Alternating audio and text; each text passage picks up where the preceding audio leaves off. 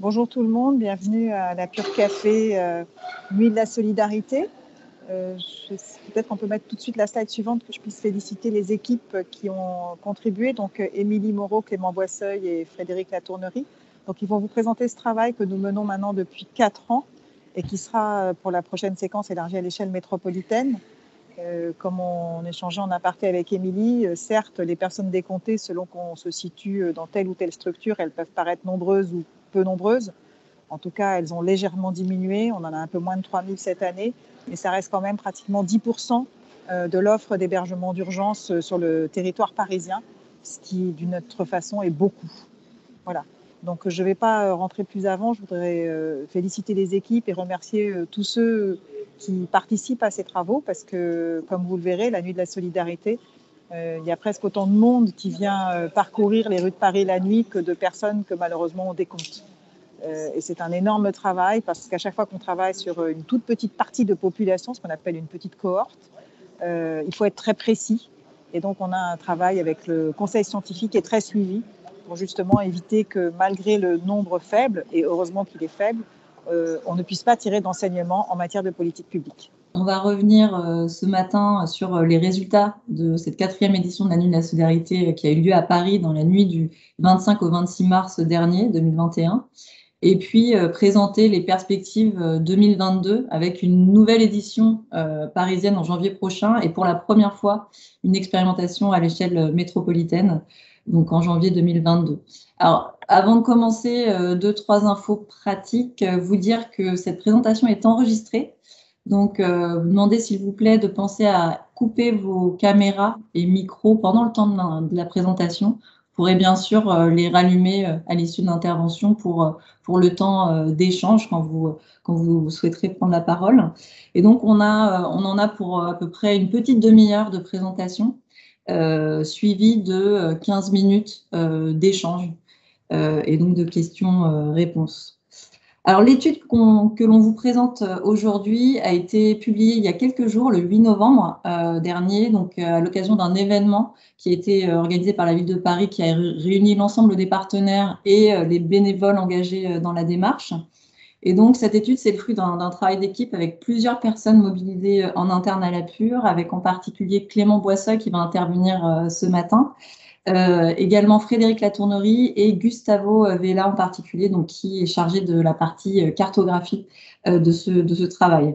On travaille en lien étroit avec l'équipe du Centre d'action sociale de la ville de Paris. Donc ils sont présents ce matin également, donc j'en profite pour les remercier. Et puis, donc c'est un travail qui se fait en lien étroit, comme l'indiquait Dominique Alba, avec le comité scientifique de la Nuit de la Solidarité. Donc cette étude, elle présente à la fois la méthodologie détaillée du décompte, les résultats que l'on obtient, notamment à partir de l'exploitation des questionnaires, et puis elle contient aussi une analyse de l'offre d'hébergement et de l'ensemble des dispositifs, des services qui sont disponibles pour les sans-abri à la date de la Nuit de la Solidarité. Bonjour Siem. Alors, quelques éléments de définition pour vous dire donc, que la Nuit de la Solidarité est une opération de décompte de nuit du nombre de personnes sans abri sur un territoire donné. Donc, c'est une opération qui est inspirée d'une expérimentation qui s'est d'abord engagée à New York, qui a ensuite été étendue dans d'autres villes nord-américaines puis à l'international. Et donc, 4 éditions ont eu lieu à Paris depuis 2018, donc la dernière le 25 mars dernier.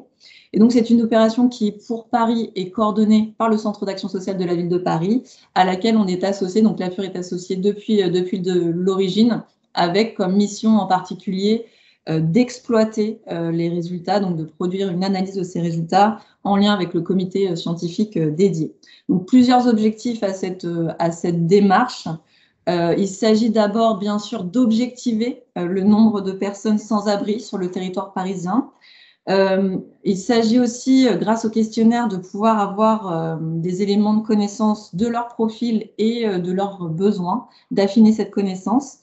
L'objectif est aussi de pouvoir rendre visible la question de l'enjeu du sans-abrisme et puis de sensibiliser l'ensemble des acteurs et bien sûr aussi les citoyens.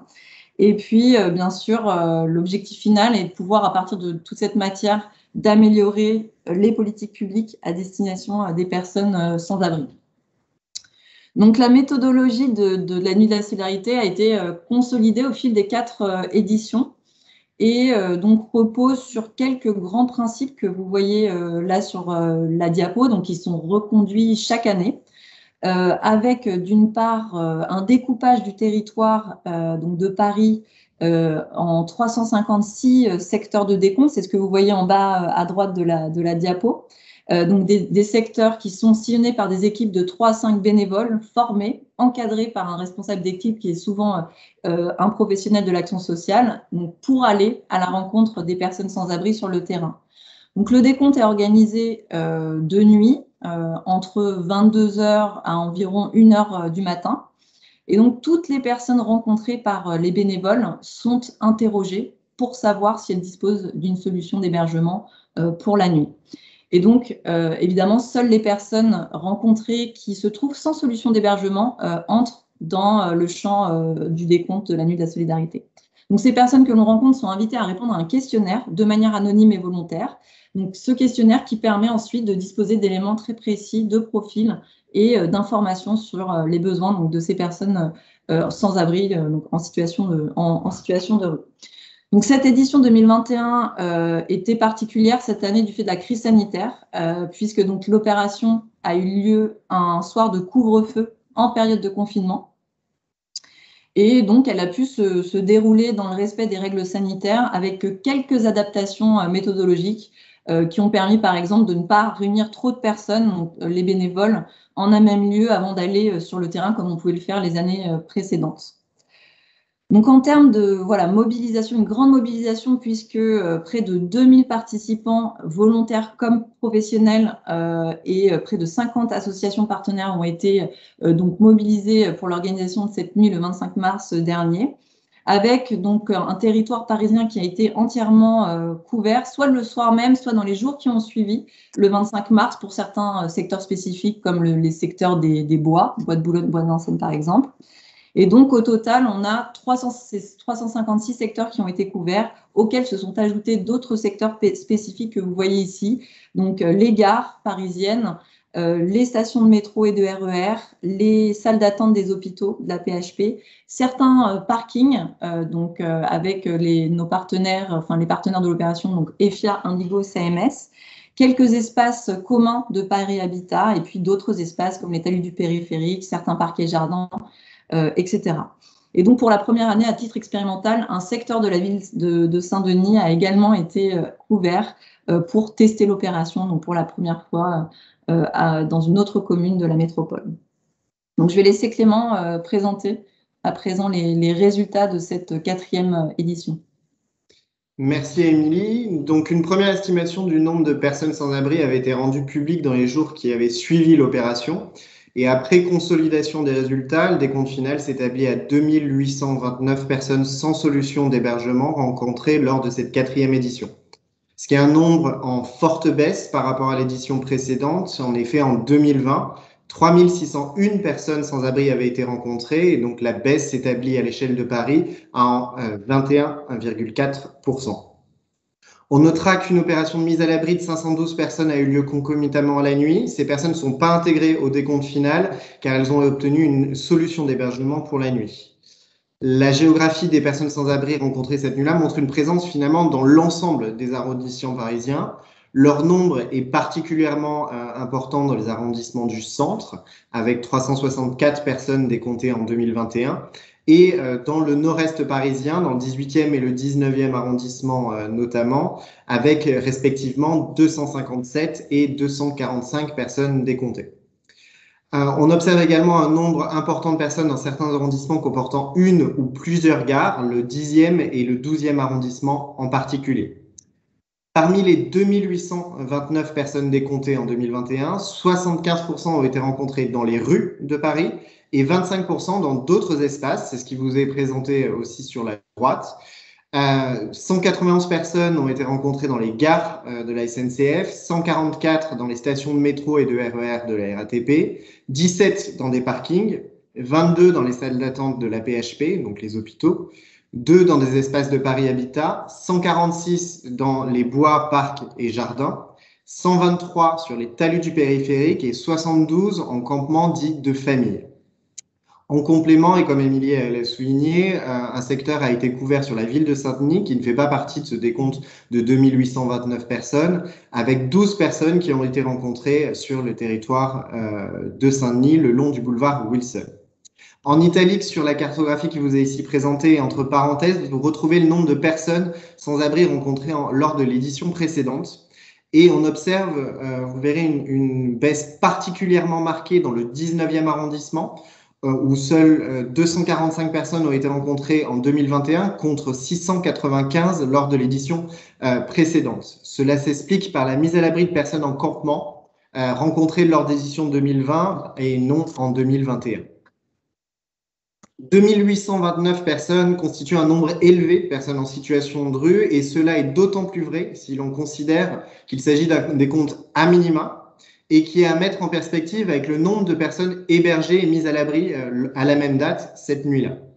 Plus de 28 000 places d'hébergement, de nuitées hôtelières et de dispositifs de mise à l'abri étaient ouvertes sur le territoire parisien cette nuit-là, et parmi ces places, un peu plus de 3000 étaient ouvertes dans le cadre du dispositif hivernal, et il faut ajouter à ces places encore 2200 places dites en intercalaire, donc en occupation transitoire pour 2020.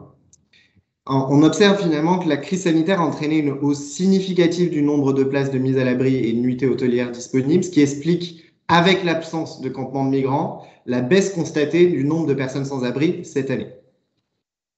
Cette baisse du nombre de personnes décomptées se confirme dans la plupart des espaces de décompte. Comme Dominique Alba l'a souligné, ce sont 772 personnes en moins qui ont été rencontrées entre 2020 et 2021.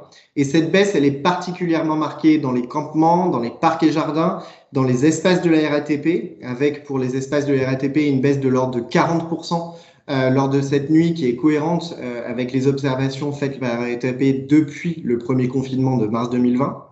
Et on observe en revanche une hausse du nombre de personnes rencontrées sur les talus du périphérique par rapport à l'édition du 30 au 31 janvier 2020. Ici, vous avez représenté la cartographie par secteur de décompte, et cette cartographie confirme la tendance observée lors des éditions précédentes d'une présence diffuse des personnes en situation de rue sur l'ensemble du territoire parisien. L'analyse par secteur de décompte témoigne de pôles de concentration, notamment aux abords des gares et à certaines portes de Paris, notamment la porte autour du cimetière de Gentilly et la porte d'Italie dans le 13e arrondissement, la porte de Châtillon dans le 14e, la porte Maillot dans le 16e, la porte de Clignancourt dans le 18e.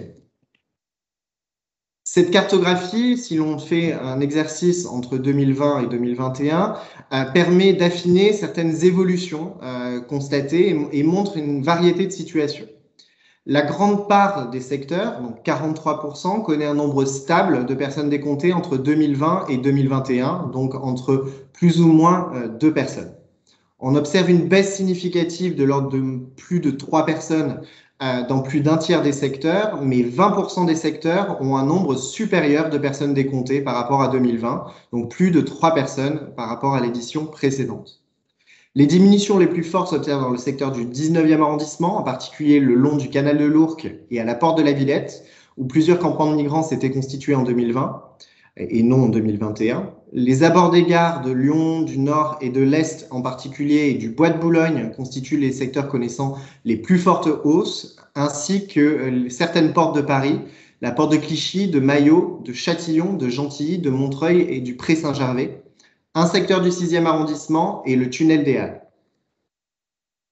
Le décompte permet également de caractériser les profils des personnes sans abri à Paris. En 2021, 79% des personnes rencontrées étaient seules, contre 75% en 2020. 14% étaient en groupe de 5 personnes ou plus, contre 18% en 2020. 7% étaient en couple ou famille, contre 5% en 2020.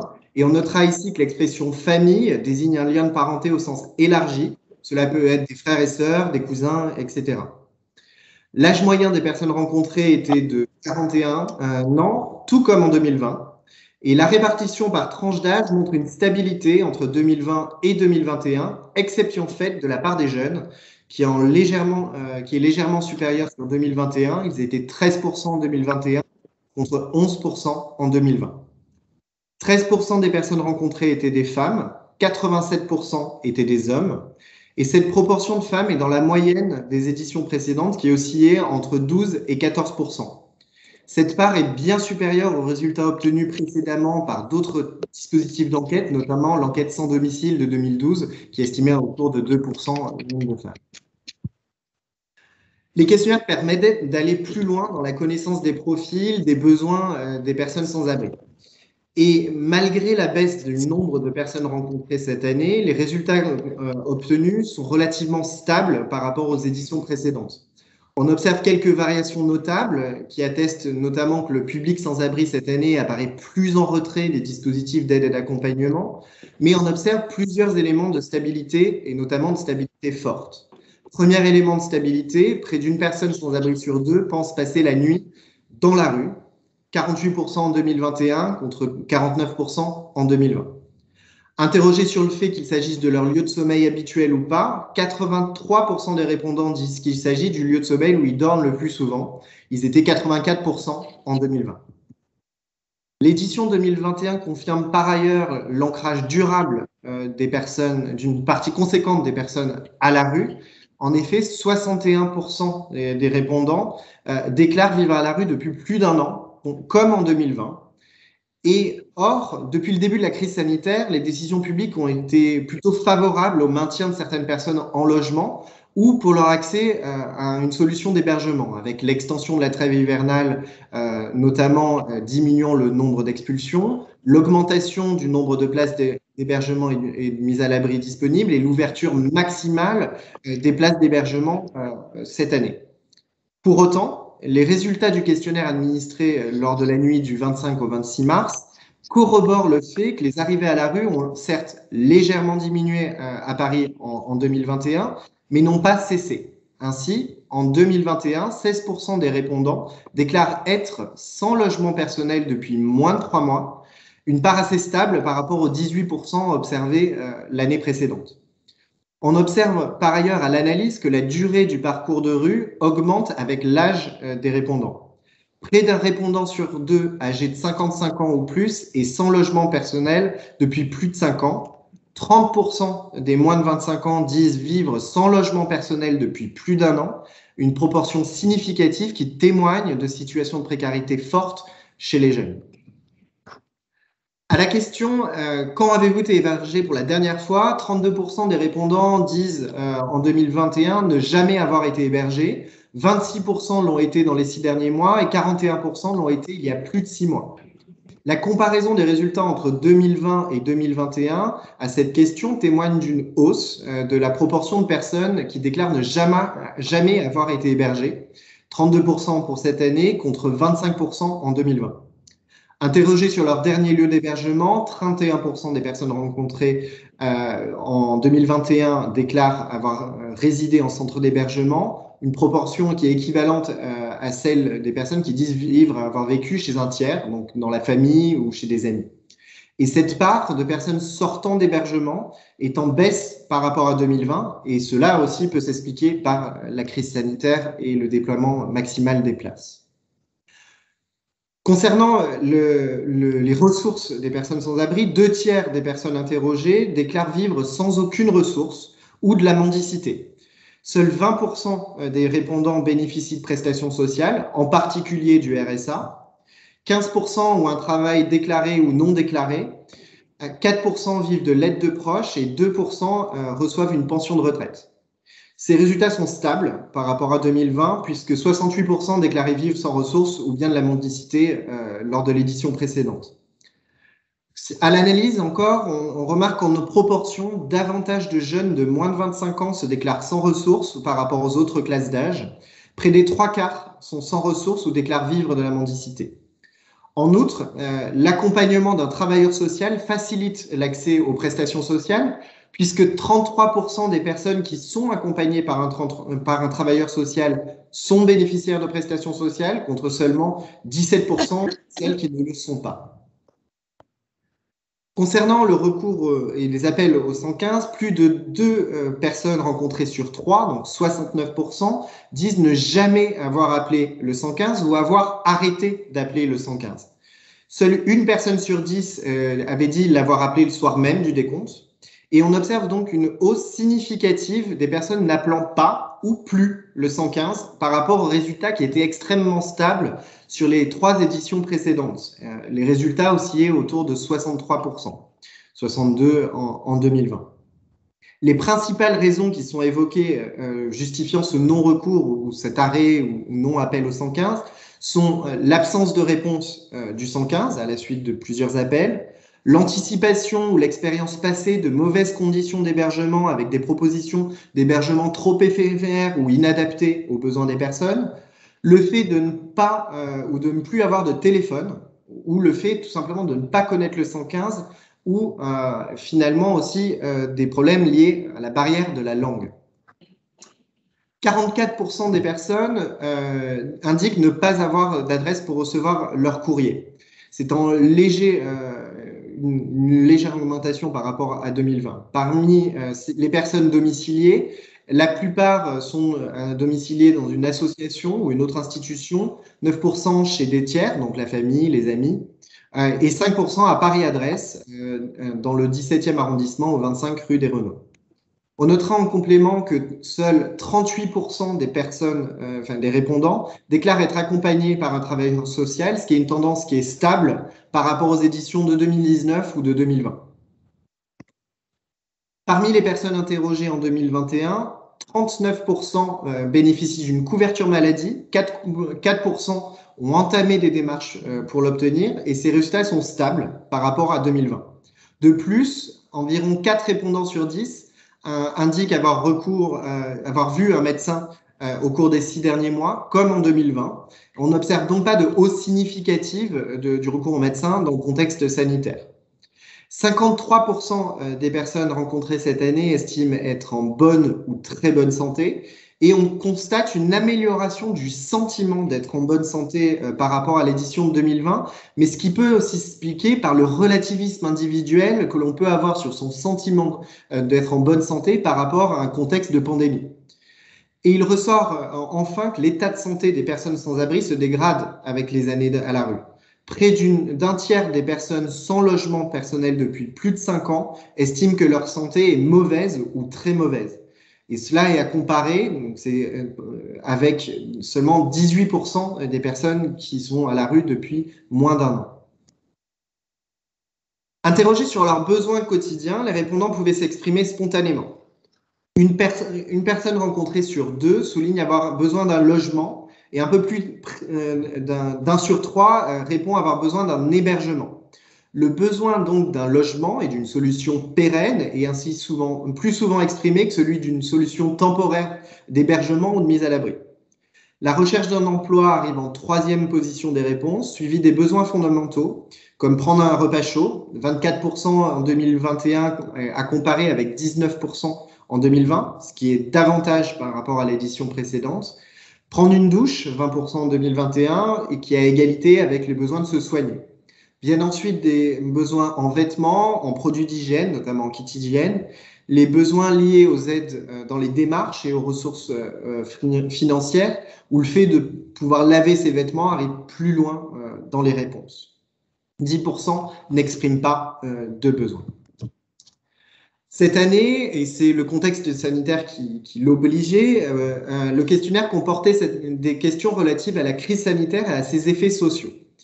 Interrogés sur les effets de cette crise sur leur situation personnelle, une majorité de répondants soulignent que la crise n'a pas eu d'effet sur leur situation personnelle, 49% des répondants.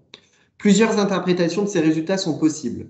Certaines personnes ont pu ne pas comprendre la question en raison de sa formulation même, entendant crise liée à la Covid comme un lien avec la maladie, le fait d'être malade, et non comme une référence au contexte de crise plus large. D'autres ont pu ne pas comprendre la question en raison du fait que leur situation n'a que peu évolué. Ils ou elles étaient sans solution de logement avant la crise et se trouvent toujours dans une situation précaire une année plus tard.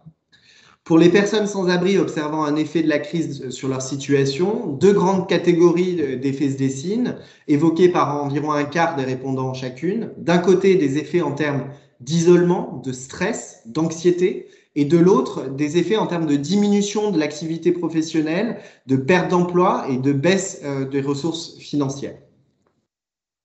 Interrogées sur leur accès aux services d'accompagnement et d'aide, une part importante des personnes rencontrées, 38%, répondent que la crise n'a pas eu d'impact.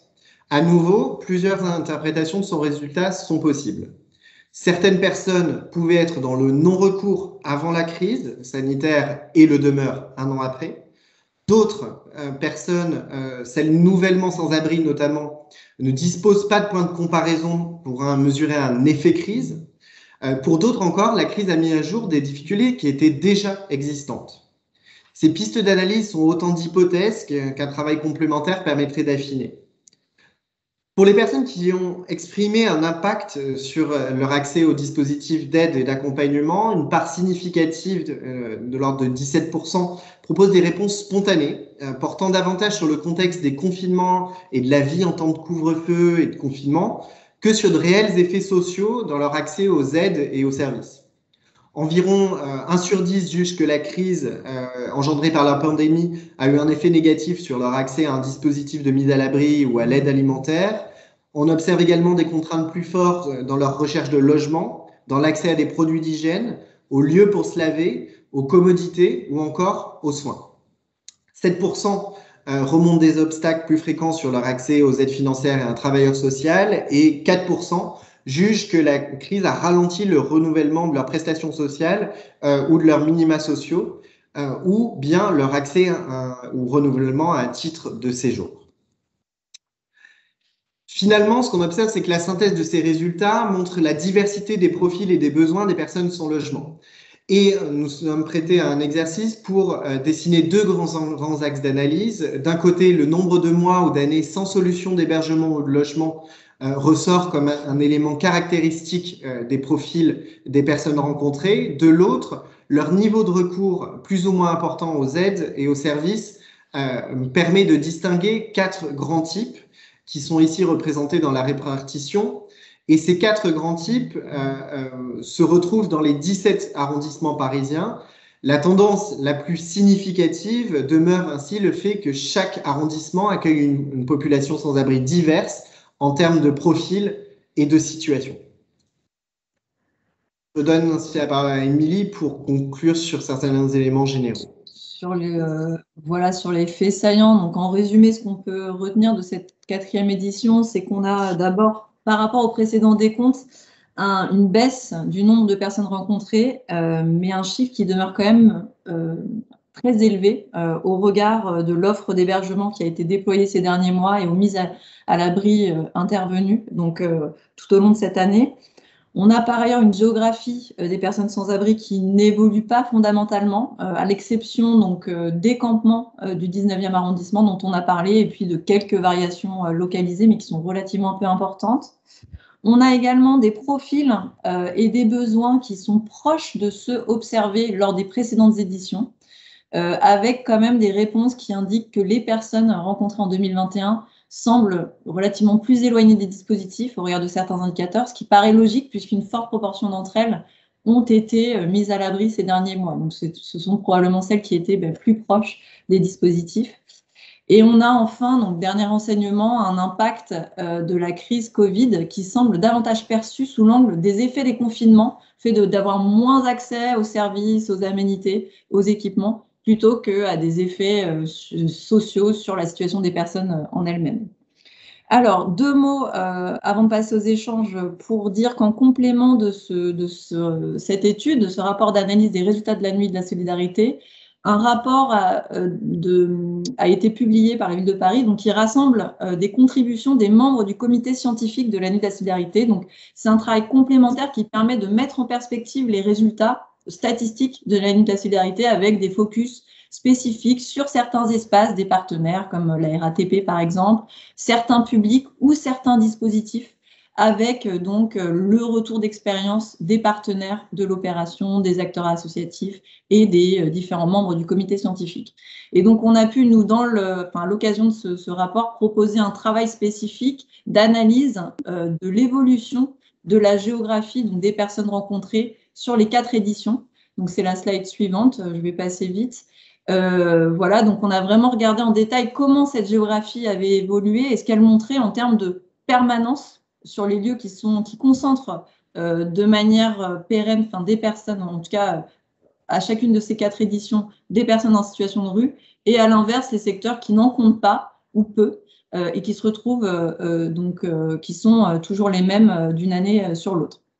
Et donc, on voit qu'on a à la fois donc, des personnes qui se retrouvent sur l'ensemble du territoire et des lieux de concentration qui renvoient aux espaces qui ont déjà été cités, hein, les gares, les hôpitaux, les grands équipements, certaines portes, et puis plus globalement les quartiers qui sont les quartiers les plus animés, les plus fréquentés de Paris. Et c'est ce que a pu nous montrer l'analyse suivante, où on a donc essayé de distinguer les secteurs dans lesquels on rencontrait le plus de personnes à chacune des 4 éditions. Ce sont les secteurs en rose à l'écran. Et à l'inverse, les quartiers, les iris, dans lesquels on a, au fil des 4 éditions, finalement rencontré aucune personne sans abri. Ce sont les iris en orange. Et on a, pour ces différents secteurs, on est allé rechercher des données socio-économiques, d'autres données, pour essayer de les caractériser et voir ce qui pouvait expliquer la présence ou non des personnes sans abri. Et ce que l'on constate, c'est une constante finalement des analyses, c'est que le fait que les personnes sans abri finalement favorisent des quartiers animés, plus fréquentés, qui sont mixtes, avec notamment de fortes densités de commerce et d'équipements, qui paraît être un critère donc vraiment significatif pour expliquer la présence des personnes sans abri.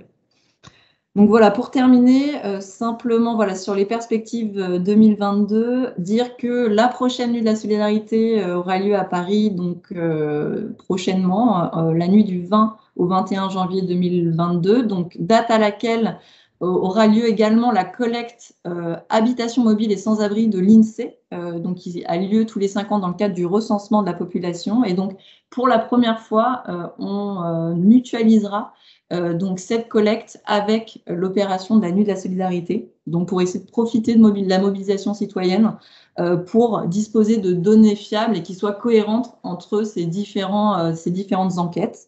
Et donc, parallèlement à cette nuit parisienne, pour la première fois, donc une édition de la nuit de la solidarité à l'échelle de la métropole du Grand Paris. Donc avec les mêmes objectifs qui sont d'avoir une meilleure connaissance des publics sans abri à cette échelle et de pouvoir donc avoir une objectivation du nombre de personnes donc, sur le territoire métropolitain, avec enfin un essaimage national, puisqu'à la même date, plusieurs autres communes en France organiseront un décompte équivalent à une nuit de la solidarité, donc dans le cadre de la nuit de la solidarité nationale. Donc la dernière diapo vous montre quelles sont à ce stade les communes volontaires pour organiser la nuit de la solidarité métropolitaine. Donc on a une quinzaine de communes, certaines sont encore en attente de confirmation, mais qui montrent un premier élan avec l'idée que cette expérimentation puisse dans les prochaines années être étendue à d'autres communes de la métropole du Grand Paris. Je voudrais peut-être passer tout de suite la parole à, je vois que Nathalie Venchor, vous êtes connectée, je vous remercie d'être là pour cette présentation. Oui, bonjour. Et peut-être, du coup, vous laissez réagir par rapport à l'expérimentation de la nuit de la solidarité métropolitaine, en dire un mot peut-être un peu plus précis pour rappeler quels en sont les objectifs. Alors oui, quelques mots très rapides. Alors, savoir que la métropole, elle rentre dans la nuit de la solidarité, effectivement, en 2022, mais que c'est suite à un vœu du Conseil métropolitain qui avait été voté, je le rappelle, à l'unanimité des élus métropolitains, à la fois pour participer à la nuit de la solidarité et surtout pour répondre à plusieurs objectifs, dont l'un des objectifs pour la métropole, qui est le logement et l'hébergement, puisque je le rappelle, la loi NOTRe nous donne une compétence compétences en matière de logement et d'hébergement des personnes, et que mieux connaître, j'allais dire, les personnes sans abri, c'est aussi mieux connaître un certain public et pouvoir travailler sur ce volet hébergement. Alors, on est parti avec la ville de Paris, hein, et on remercie fortement aussi la ville de Paris, la PUR, les partenaires qui travaillent avec nous sur cette première nuit sur cette première opération pour nous, qui est une opération expérimentale. Avec, on a lancé un appel à manifestation d'intérêt en septembre dernier, le 17 septembre, et à ce jour, on a environ, enfin, on n'a pas environ, on a 14 communes qui ont répondu. Alors, la PUR, elles se répartissent sur les 3 départements, en plus de Paris, hein, voilà. Mais effectivement, les 3 départements vont être couverts avec un prisme un peu plus important sur la Seine-Saint-Denis, hein, sur le 93, où là, on a 8 communes qui se sont tout de suite inscrites dans cette nuit expérimentale de la solidarité. Alors, pour nous, l'idée, c'est effectivement, hein, c'est d'avoir une meilleure compréhension du public des sans-abri, mieux connaître cette population, et puis peut-être pouvoir rentrer dans une dynamique un peu plus importante sur l'inclusion sociale, à la fois l'exclusion et l'inclusion sociale, et que la métropole puisse avoir un travail plus actif en ce sens, et et tout ce qui est insertion aussi, puisque ce sont des thématiques, hein, qui nous intéressent au premier chef, et sur lesquelles on essaye aujourd'hui de poser des politiques publiques. Voilà. Donc nous, on rentre vraiment là cette année dans une phase expérimentale. On évaluera, hein, comme tout le monde, on mesurera, on évaluera. On espère aussi pouvoir, à partir de ces premiers résultats, faire peut-être une extrapolation avec l'INSEE, comme j'allais dire, la nuit de la solidarité et le recensement INSEE sont couplés cette année. Peut-être essayer de voir si après on ne pourrait pas échanger des données, consolider des données entre l'INSEE et puis la PUR, pour pouvoir disposer à terme d'une première extrapolation pour l'ensemble de la métropole. En tout cas, c'est un vœu qu'on appelle qu'on appelle fortement, et on espère trouver un écho auprès de l'INSEE pour pouvoir disposer à terme de données un peu plus consolidées. Voilà. Même si la PUR va le faire, bien entendu, hein, mais je pense qu'il faut qu'on travaille de concert.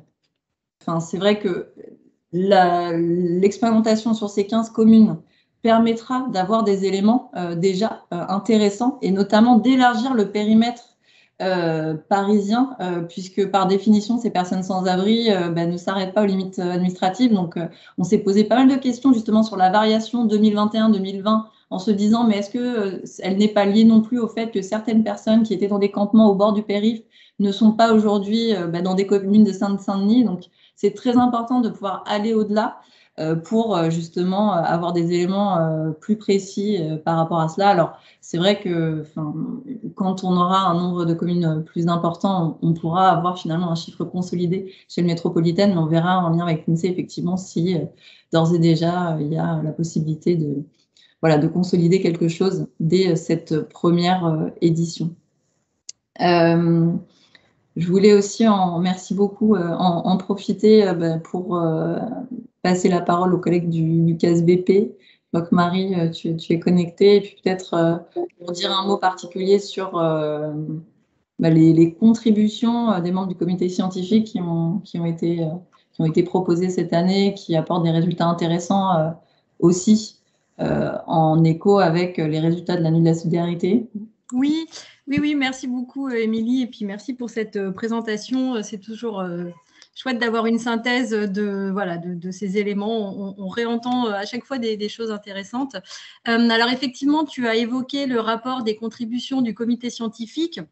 Donc, ce rapport, il existe de manière indépendante, on va dire, cette année pour la première fois, mais les années précédentes, on avait déjà mis en place effectivement cette idée que les résultats de l'exploitation statistique étaient accompagnés d'éléments d'analyse complémentaires, soit par des traitements statistiques complémentaires, d'ailleurs, des focus éventuellement sur des traitements, certains traitements de la nuit qui n'avaient pas été exploités forcément en détail dans le rapport. Donc là, on allait un petit peu plus loin, soit, et c'était le cœur souvent des contributions, des analyses complémentaires de l'expertise qui relevait de l'expertise des membres du comité scientifique. Et donc, c'est vrai que cette année, on est allé un cran plus loin en produisant ces 2 rapports qui ont vraiment vocation à être perçus en complémentarité et donc ça nous a permis d'aller vraiment de creuser l'axe de l'impact, de comment on peut essayer d'analyser l'impact de la crise sanitaire sur les personnes à la rue. Donc c'est ce qu'on fait avec les résultats et c'est déjà très intéressant, même si on voit bien toutes les limites qu'il peut y avoir dans l'interprétation. C'est pour ça qu'on fait évoluer les questions cette année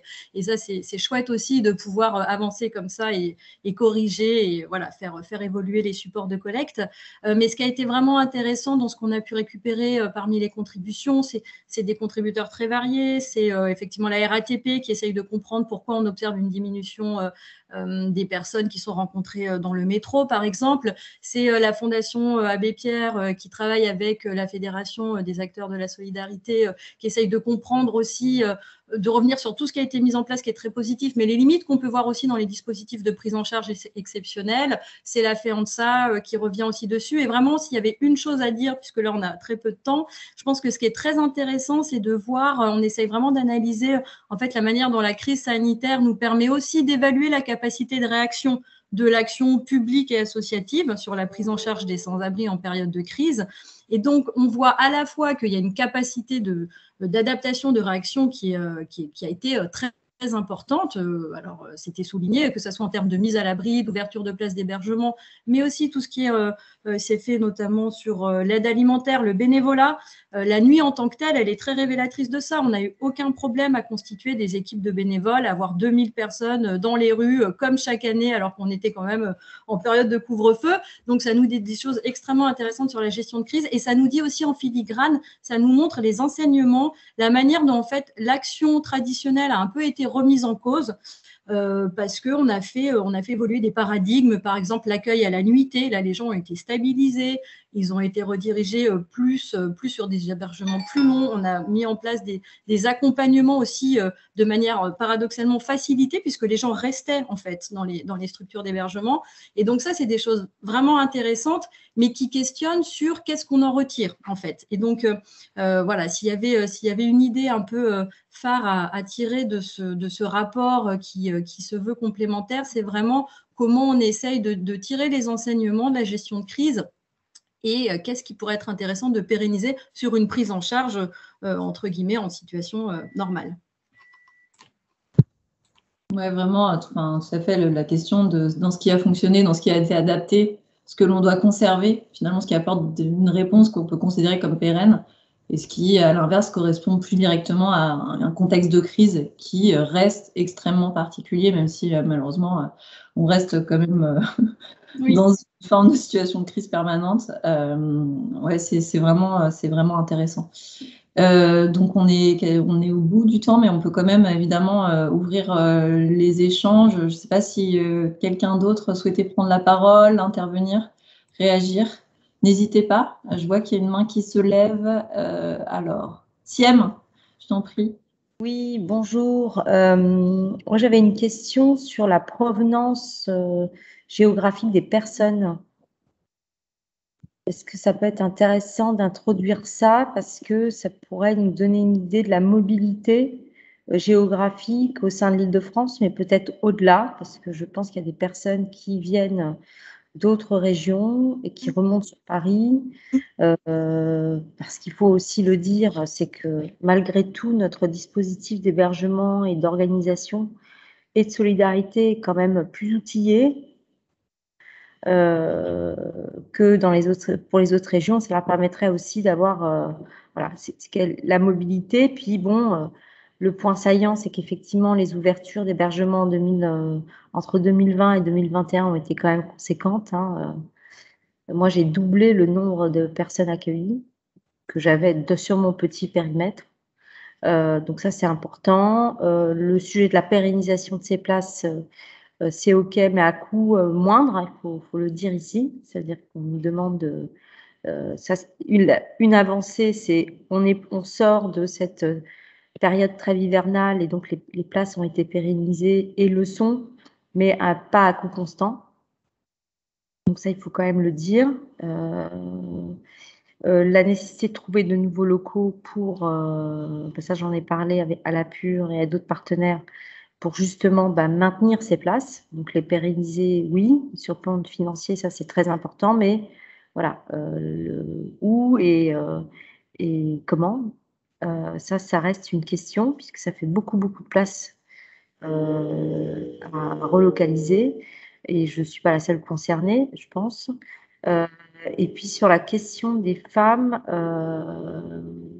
et puis des personnes qui sont éloignées de l'hébergement, le plus éloigné de l'hébergement, c'est vrai que plus on passe du temps dans la rue ou dans le métro, plus en fait on a du mal à aller voir un travailleur social, se saisir. Donc je pense que les 38%, c'est peut-être les maraudes. Il faut se poser la question de pourquoi si peu de personnes, parce que 38 je parle de Paris, où on a une offre quand même qui est importante là. Ça, je pense que c'est important pour nous acteurs de se dire qu'est-ce qui fait que ces personnes ne rencontrent pas, et puis peut-être c'est quoi, c'est depuis combien de temps ils n'ont pas vu de personnes, ils n'ont peut-être jamais rencontré. Moi, j'ai accueilli comme ça dans le centre Covid des personnes qui n'avaient effectivement, qui venaient de la rue, qui n'avaient rencontré aucun travailleur social. Ou des personnes aussi qui venaient d'autres régions. Donc, et même dans leur parcours, elles n'avaient pas rencontré de travailleur social. Donc ça me paraît un point important pour essayer de mieux comprendre comment on approche, comment on accompagne et qu'on identifie aussi des profils. Et puis, est-ce qu'on pourrait parler des violences aux femmes qu'on rencontre? Je pose la question.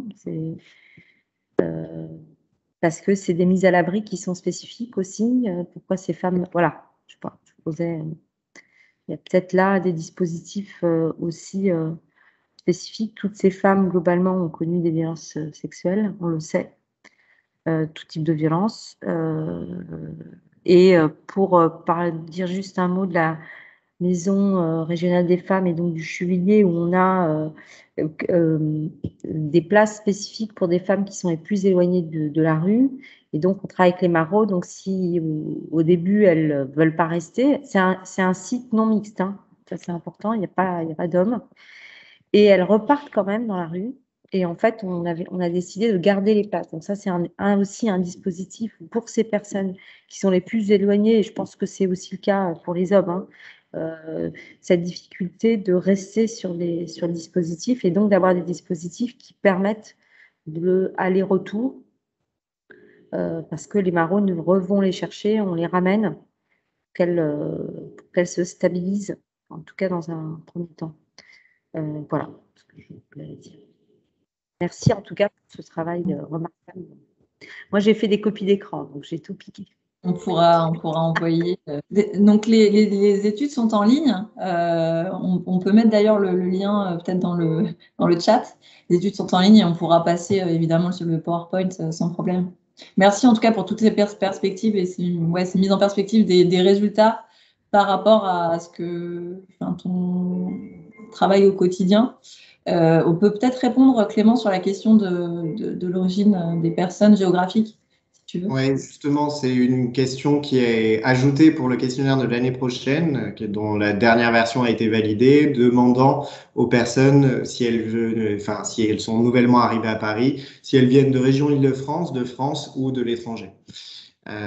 Mais on n'aura pas de données sur la nationalité, par exemple. Ça, c'est oui, bien sûr.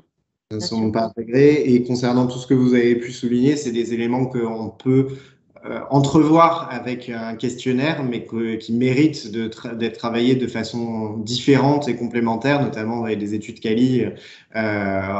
Mais ce sont des pistes de travail qui sont à prendre en considération. Un dernier point sur les places d'hébergement, ça c'est un exercice qu'on effectue tous les ans et pour lequel on aura un regard particulier sur les évolutions 2021-2022, notamment à la suite de l'ouverture maximale des places.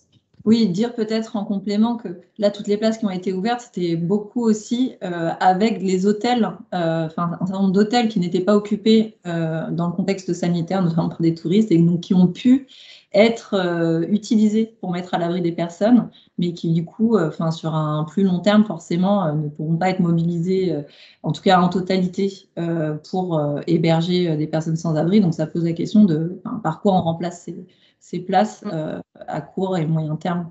Donc ça représente un nombre important de personnes. Merci beaucoup. Merci. À très bientôt. Bonne journée. Merci beaucoup. Au revoir. Au revoir. Merci.